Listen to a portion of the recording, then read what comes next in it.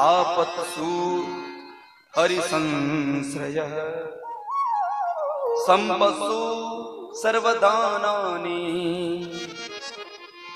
आगे वाक्य निर्वाह एवच।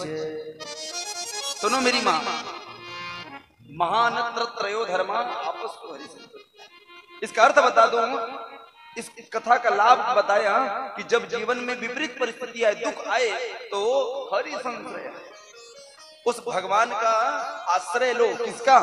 बोले जिसने तुम्हें जन्म दिया उसका। कभी भगवान पर भरोसा तो करो।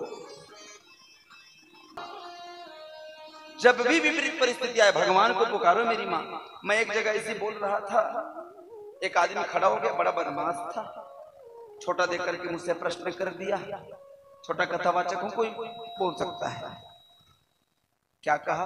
पंडित जी आप कहते हो जीवन में विपरीत परिस्थिति आए, जीवन में विपरीत परिस्थिति आए तो आप कहते हो भगवान को पुकारो, भगवान पर भरोसा करो। तो एक बात बताओ, अगर मैं बीमार पड़ जाऊं तो मैं डॉक्टर के पास जाऊं कि वृंदावन बांके बिहारी के पास जाऊं? बताओ। तो मैं आपसे पूछता हूं, कहां जाओगे आप लोग?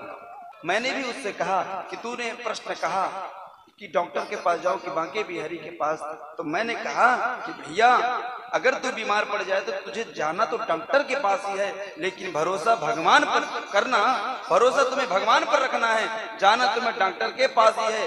अगर तुम्हारा भरोसा सच्चा होगा तो क्या पता बांके बिहारी डॉक्टर बन के तुम्हारा इलाज करने आए। इसलिए तुम्हें भरोसा डॉक्टर पर नहीं भगवान पर करना है, जाना डॉक्टर के पास। हाँ, दवा दुआ जरूरी है। आइए आज की बड़ी प्यारी कथा आरंभ हो रही है। कहते हैं हरि अवतार भगवान ने गजेंद्र के लिए लिया। ये गजेंद्र कौन था? तब कहा आसिद गिरिवरो राजन त्रिकूट इति विस्तृतः क्षीरोदेना वृतः श्रीमान योजना युत मुचरितः। बहुत ध्यान से सुनना, मैं गजेंद्र की कथा, बड़ी प्यारी कथा है। कहा क्षीर सागर के समीप एक बड़ा सुंदर सरोवर था और बड़ा सुंदर उद्यान था। किसका? बोले कुबेर का। जिस समुद्र में 3 पर्वत थे, त्रिकूट जिसको कहते थे, और तीनों पर्वत के 3 शिखर थे और तीनों शिखर अलग अलग चमकते थे।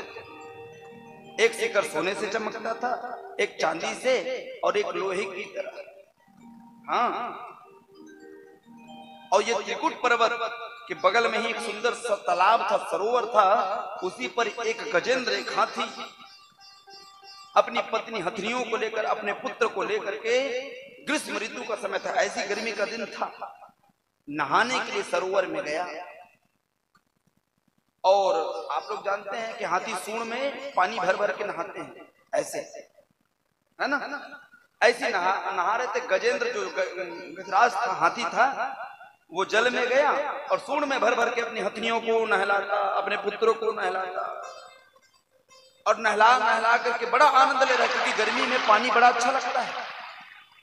हाँ, जब कई घंटे बीत गए तभी जिस सरोवर में ये नहा रहा था ना, उस सरोवर में एक ग्राह था। ग्राह किसको कहते हैं? मगर को कहते हैं, क्रोकोडाइल, मगरा। मगर था वो। मगरा धीरे धीरे धीरे पानी से उसके हाथी के पास आया और लिखा है भागवत में, चरणे रूसाग्रहित, हाथी के चरण को, हाथी के पैर को जकड़ के अपने दांतों से पकड़ा और खींचना चालू किया। हाथी को अपने बल का अभिमान था, इस मगर को तो मैं यूं ही हरा दूंगा। लेकिन जल का शक्तिशाली जानवर कौन? बोले मगर, हाथी थोड़ी।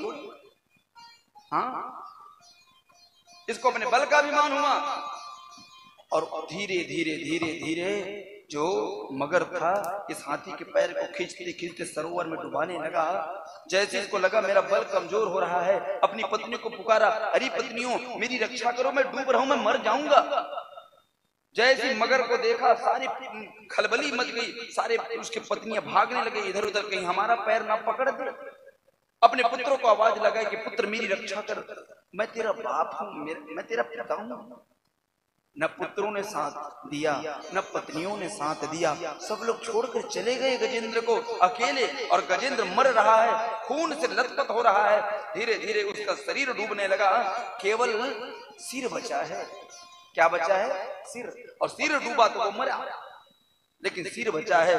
उसने देखा कि कोई साथ नहीं दिया, परिवार के कोई लोग साथ नहीं दिए, तभी उसको हरि की याद आई। और याद रखना, जब तक संसार से आशा करोगे भगवान नहीं आएंगे, और जिस दिन भगवान से आशा करोगे उस दिन भगवान दौड़े चले आएंगे। और आज जब देखा गजेंद्र ने कि कोई मेरा साथ नहीं दे रहा है, तो उस गजेंद्र ने भगवान हरि को पुकारा। कैसे?